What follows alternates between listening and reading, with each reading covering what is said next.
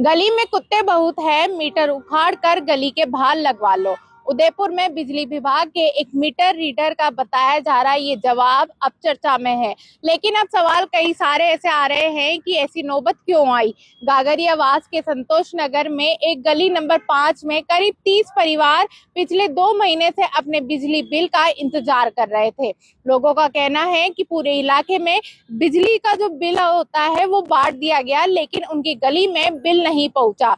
लोगों ने बिजली विभाग के जो बिजली निगम के कार्यालय में शिकायत की तो उन्हें जल्द बिल आने का भरोसा दिया गया, लेकिन 1 महीना बीत गया और अभी तक उनके वहां बिल नहीं आया। इसके बाद जो परेशान थे लोग वो वहां से अजमेर विद्युत वितरण निगम के कार्यालय पहुंचे।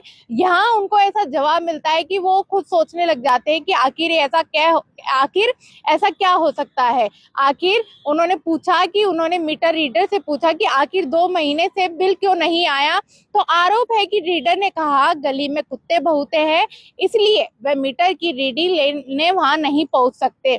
लोगों ने जब इसका समाधान पूछा तो कथित तौर पर उन्हें ही सुझाव दे दिया गया कि अपने अपने घरों के मीटर उखाड़ कर गली के बाहर लगवा लो। अब जरा आप सोचिए, बिजली का मीटर घर पर लगा है, उसकी रीडिंग लेने बिजली निगम की जिम्मेदारी है, लेकिन अगर रीडिंग लेने में परेशानी आती है तो उसका समाधान क्या उपभोक्ता अपने घर का मीटर उखाड़ कर करेगा क्या? मामला यहीं खत्म नहीं हुआ। 2 महीने बाद जब बिजली के बिल जारी हुए तो 2 महीने की रकम एक साथ जोड़कर आ गई। यानी जिन लोगों को हर महीने सामान्य बिल भरना था, उनके सामने अचानक भारी भरकम बिल आ गया। ऊपर से बिल पेंडिंग दिखाए जाने के कारण पेनल्टी भी लगा दी गई। अब यहाँ लोगों का सबसे बड़ा सवाल यही है, जब बिल समय पर नहीं आया और देरी से उपभोक्ताओं की तरफ से नहीं हुई तो फिर पेनल्टी किस बात की? स्थानीय लोगों के मुताबिक जो वहां रहते हैं, उन्होंने कहा कि करीब 30 परिवार इस परेशानी से प्रभावित हुए हैं।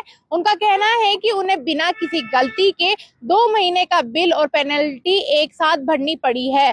अब इन परिवारों ने बिजली विभाग के उच्च अधिकारियों से मांग की है कि मामले की जांच हो, पेनल्टी तुरंत हटाई जाए और लापरवाही के लिए जो जिम्मेदार कर्मचारी है उन पर कार्रवाई की जाए। क्योंकि सवाल सिर्फ एक बिल का नहीं, सवाल ये है कि अगर विभाग की एक लापरवाही का खामियाजा भी आम आदमी को ही भुगतना पड़ता है तो फिर जवाबदारी किसकी है?